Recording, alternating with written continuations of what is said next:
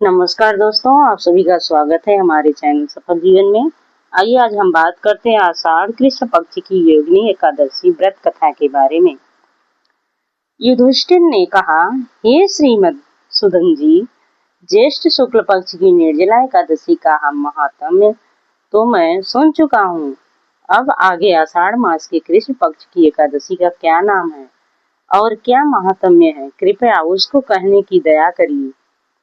श्री कृष्णचंद्र जी ने कहा, हे युधिष्ठिर, आषाढ़ मास की कृष्ण पक्षी एकादशी का नाम योगिनी है और यह एकादशी त्रिलोक में मुख्य है।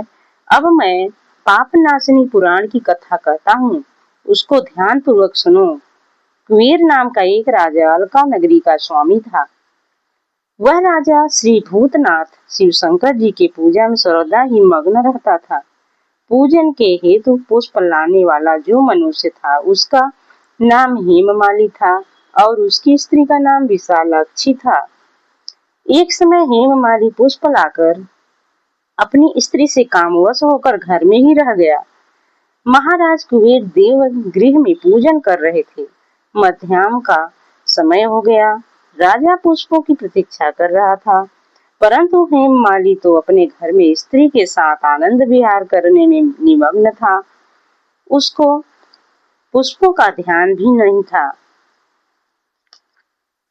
अत्यधिक समय समाप्त हो जाने पर यक्षराज कुबेर ने सेवकों से कहा कि तुम लोग शीघ्र ही अनुसंधान करके बताओ कि हेममाली इतना समय व्यतीत हो जाने पर भी क्यों नहीं आया।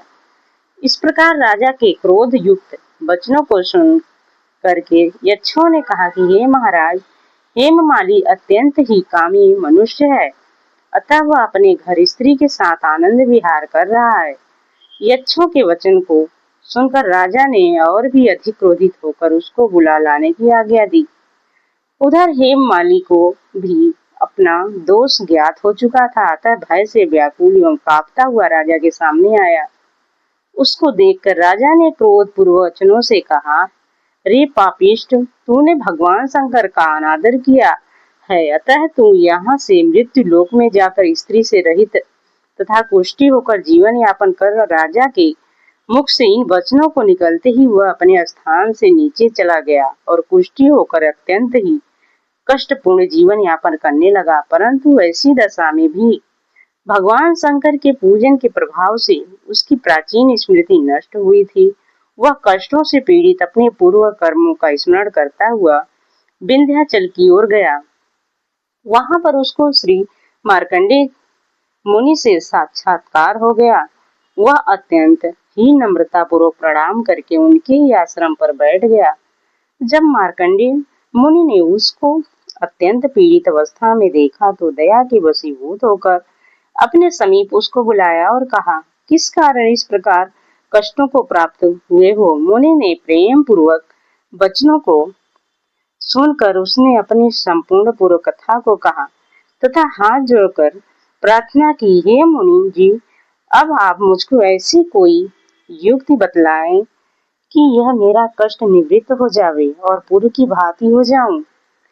मार्कंडेय मुनि ने कहा, अच्छा, मैं तुमको एक व्रत का उपदेश देता हूँ, उसको ध्यान पूर्वक सुनो, जिसमें तुम्हारे ये कष्ट निवृत्त हो जाएंगे। आषाढ़ मास के कृष्ण पक्ष की योगिनी नामक एकादशी का तुम व्रत करो। उसके प्रभाव से तुम्हारा यह सब कष्ट एवं यह कुष्ठ रोग निवृत्त हो जाएगा।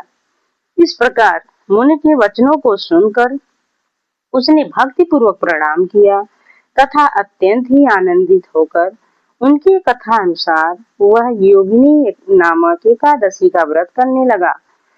पश्चात व्रत के प्रभाव से वह सब रोग एवं कष्टों से मुक्त होकर शुद्ध तथा सुंदर स्वरूपवान हो गया। हे राजन, इस प्रकार महत्व प्रदान करने वाला यह व्रत है। 88,000 ब्राह्मणों को भोजन कराने से जो फल प्राप्त होता है, वही फल इस योगिनी नामक एकादशी का व्रत करने से होता है। इस व्रत को मनुष्यों को अवश्य ही करना चाहिए। धन्यवाद।